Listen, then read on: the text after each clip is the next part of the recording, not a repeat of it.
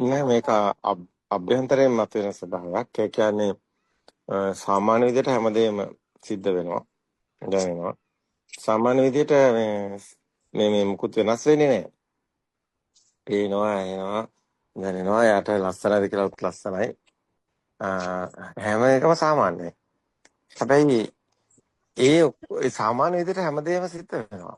නමුත් ඒක ඇතුලෙන් යාටම සාතිච්ඡක වෙන්නේ ඒ මොන දේවල් මොනවා වුණා ඇතුලේ සුඛයක් මතුවෙනවා. ඒ සුඛය තමයි අධිගත සමාධිය කියලා අපි කියන්නේ. ඒ සුඛය තමයි ඔය ඒ රේඛීය රේඛාවක් කියලා ඊ අර සම්මාන කියන්නේ ගියත් ඔය අධිගත සමාධියම තමයි. රේඛීය ස්වභාවයක් මතුවෙනවා කියලා. ඒ රේඛීය ස්වභාවය කියලා කිව්වේ අර අකම්පිත ස්වභාවය. අභ්‍යන්තරයෙන් එහෙම එකක් මතුවෙනවා. හැබැයි ඒක දැනෙන්නේ නැති එකක් නෙමෙයි. සාමාන්‍ය විදිහට දුක දැනෙන එක, සතුට දැනෙන එක, පේන එක, ඇහෙන එක ඔක්කොම සාමාන්‍යයි. නමුත් අර ඇතුලෙන් එනවා සුඛ ස්වභාවය. ඒ සුඛ ස්වභාවය තමයි අර අකම්පිත ස්වභාවය. ඔක තමයි ඊ කතා කරද්දී අපේ කකුල කපනකොට ඒකයි අර ඒ වෙලාවට අපිට මේක මෙහෙමයි කියලා ආවට අර අවබෝධයත් එක්කලා අත්‍තරම ඒ කකුල කැපුවත් ඒ වෙලාවටත් එයාට ඒ ඇතුලේ අවබෝධයෙන් එක එනකොට ඒකේ අර ආයි එක සාමාන්‍ය වෙනවනේ. එතකොට ඒක අවබෝධයෙන් එන්නේ නැතුව ওই වේදනාව ඔක්කොම එනවා. අර සිතුවිලි මගේ කකුල නැහැ කියන එකත් එනවා. ඒකට යාට එනවා නම් ඒ කම්පාවක් මේ මගේ කකුල නැති වුණා කියලා සිතුවිල්ලෙන් එනවනේ. ඒකත් එනවා. හැබැයි ඒකත් එක්කම යටින් තියෙනවා මේ කතාව. ඒක සිතුවිල්ලක් කියලා අර අවබෝධ නිසා. එයා දන්න නිසා. එයා දන්න නිසා මෙයා දන්නවා මේක සිතේ ස්වභාවය කියලා. ඒ අවබෝධයෙන් මිදීම කියන්නේ ඒක ඇතුලෙන් එනවා. ඒක අපි මේ මොහොතේ දැන් අපි දැක්කට පස්සේ දැන් මෙතන දැන් අපිට තියෙන දෙයක් තියෙනවා මම ඉන්නවා කියන එකත් සංඥාවක්. ඒක ඇතුලෙන් එනවා. ඒක අපි හිතනවා නෙමෙයි ඒක එනවා. හැබැයි ඒ වගේම මෙතන දෙයක් නැති බව මේක අවබෝධ වුණාට පස්සේ ඒක එනවා. ඒක එනවා කියන්නේ ඒකත් එන්නේ අනිත් සංඥාවක් විදිහට. හැබැයි ඒක නොදැනෙන එකක් නෙමෙයි. අර දුක වේදනා ඔක්කොම සාමාන්‍ය විදිහට බැලුවොත් ඔක්කොම තියෙනවා. සතුට ලස්සන ඇත ඔක්කොම සාමාන්‍ය විදිහට බැලුවොත් තියෙනවා. හැබැයි එහෙම එකක් ඇතුලේ අර අවබෝධය තුළින් ඒකට බලයක් එන්නේ. ඒකට පිච්චෙන්නේ. ඔන්න උතරයි ඔය වෙනස. දැන් කවුරු හරි කියනකොට මේකේ මට දුක දැනෙන්නේ නැහැ මට සතුට දැනෙන්නේ නැහැ කියලා ඒක වැරදි. ඒකේ එන්නේ අර මේ ඒතකොට ප්‍රශ්නයක් එනවා ඒකේ එන්නේ සිත ඒ කියන්නේ එයා ඉන්නේ වෙන ඒ කියන්නේ අර අරූපේ හිරවණු කෙනෙකුටත් ඕක එනවනේ. ඕක කියනවනේ මේ පොට්ටපාද ඉනසන්න නාසඤ්ඤය සුකුසුකම සත්‍ය සංඥාව ඉන්නේ කියලා. ඒතකොට අරූපේ හිර වෙලානේ. ඒතකොට බුදුන් වහන්සේ කියනවනේ. ඕක මේ දුකින් මිදලා නැහැ කියලා. ඔබ ඒ ස්වභාවයේ ඉන්න කෙනා ඉන්නවනේ. දැන් මේ ආත්ම ගින්න නෙමෙයි තියෙන්නේ යටි. දැන් අරූපේ ගත්තොත් දැන් මුකුත් අපිටම කවුරු හරි නිහඬියාවට යනවා. ඒතකොට නිහඬියාවට එයා ඇලිලා නැද්ද? එතනත් ගින්නන්නේ. එතනත් ආත්මේ තියෙනවා. දැන් ආත්ම ගින්න කොහොමද හොයාගන්නේ? ආත්ම ගින්න තමයි අර දැන් ඔය සමාධියට ඇලෙනවනේ. ඒ ඇලෙන්නේ අර ආත්මේ තියෙන නින්දානේ. කෙනා ඇලෙනවනේ. මම ඉන්නවනම් මම ඇලෙනවා. එතකොට දැන් මේක හොයාගන්නේ කොහොමද? එතකොට දැන් මේක දැන් අතර මේ සත්‍ය වැටහෙනකොට මේක අභ්‍යන්තරයෙන් මතුවෙනවා මේ මම කියන්නේ මේ ස්වභාවය, පිච්චෙන ස්වභාවය. පිච්චෙන ස්වභාවය මේක ප්‍රායෝගික පැත්තෙන් හසු වෙනවා. ආත්මය කියන්නේ මොකද්ද මේ පිච්චෙන ස්වභාවය? ඒතකොට ඒකේ ඉන්නේ අර අවබෝධයෙන්. මතුවලා එනවා පිරිසිදු වෙලා එනවා ආත්මය කියන එක මේක සාසව බලයේ අහු වෙනවා. සාසව බලය කිව්වේ අර රූපදර්ශන මිදිල ඕභාසය කිව්වේ ඕක සාසව බලයනේ ඕක අරූපේනේ ඕක අහු වෙනවා. එයාට අහු වෙන්න ගන්නවා. ඒක අහු වෙනකොට ඒක කරන්ට් එක වගේ ස්වභාවයක් ඒක ඇවිල්ලා මේ සමාන කරන්න බෑ කිසිම දෙයකට. එයාගේ ආත්මය එයාට හසු වුණාට පස්සේ. එයා නියත සම්බෝධි පරායන කියන්නේ එයාට ඒක දිය වෙනව දැනෙනවා. අන්න එතන ආස්වක්ෂ ඥානෙ තියෙන්නේ. ඒතර ඒකට එයාගේ ආත්ම ස්වභාවය අල්ල ගන්නවා. එයාට ආත්මීය දැනීම හසු වෙන්න ඕනේ. මොකද්ද ආත්මය කියන්නේ කියන්නේ? ආත්මය කියන්නේ එකක්වත් නෙමෙයි. ඔක කරන්ට් එකක්. ඔක පව එකක්. චිත්තාරෝපණ බලය කිය අපි ඔක විදිහට කියනවා. ඔය චුම්බක ආකර්ෂණ බලය, විද්‍යුත් ආරෝපණ බලය, මේක චිත්ත ආරෝපණ බලය කිය. මේක තමයි ශාස්ත්‍ර බලය, මේක තමයි ටෙලිපති වෙන්නේ. අර සිරස දෙරනවා වගේ අපි කියන්නේ තරංගයක් වගේ කතාව තියෙන ඔතන. ෆෝන් අංකයට කෝල් එක ගත්තොත් එන්නේ ඕක සමාන වෙන තැන උත්පත්තිය පෙන්වන්නේ ඕක. ඕක තමයි මේ කතාවේ තියෙන්නේ ශාස්ත්‍ර බලය. ඕක අහුවෙන්න ඕනි. ඕක දැන් මේ මොහොතේත් අහුවෙන්න ඕනි. ඕක දැන් අල්ලන්නේ කොහොමද? ඕක අල්ලන්න හරි අමාරුයි. අස්සලෝමක් 100ක් කඩකට පැලෙන විදිහද මහණී යත් විය හැකි මේ සුකරන වේ කිය ඔන්න ඕක අල්ලගන්න එක. තමන්ගේ සාසව මේ ආරෝපණ මේ සාසව බලය අල්ලන කියන එක ලේසි නෑ. ඒක හිතලා කරන්න බෑ. ඒක මයින්ඩ් එකට කරන්න බෑ. ඒක මේ දැනෙන පාත් එකකින් අභ්‍යන්තරයෙන් මතුවෙන විවරිතෝ විජිතෝ කියන ස්වභාවය.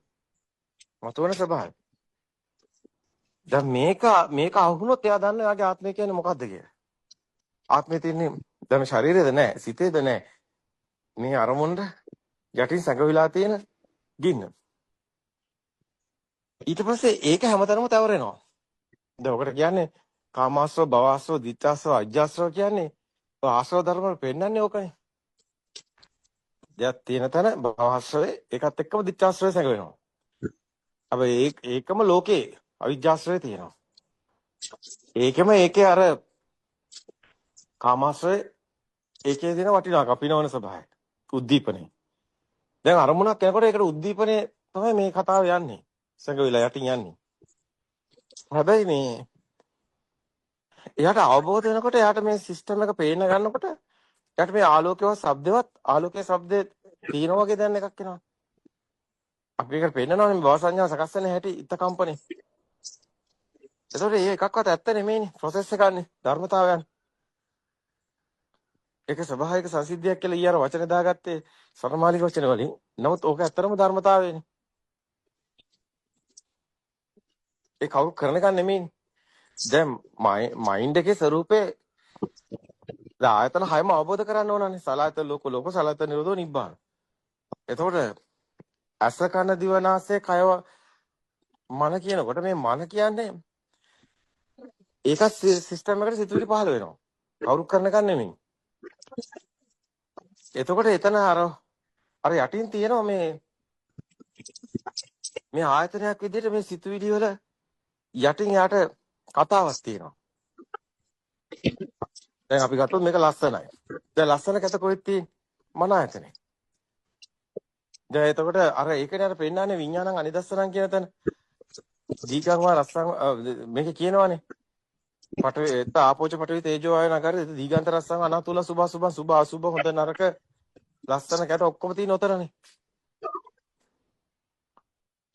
එතකොට ඔක්කොම තියෙන මන ආයතනේ. දැන් එතකොට මේ සෙන්සස් ටික වැඩ කරන්නේ කෙනා කොහෙද ඉන්නේ? දොතරත් කෙනා නැහැනේ. එතකොට මේ දැන් මේ ලස්සනයි කොට දැන් මම කියලානේ අපි ගන්න එක මම නෙමෙයිනේ. දැන් බුදුන් වහන්සේ කියනවානේ මේ රමණීය වනපෙත නේද? හරි සුන්දරයි කියලා. කතා කරනවානේ.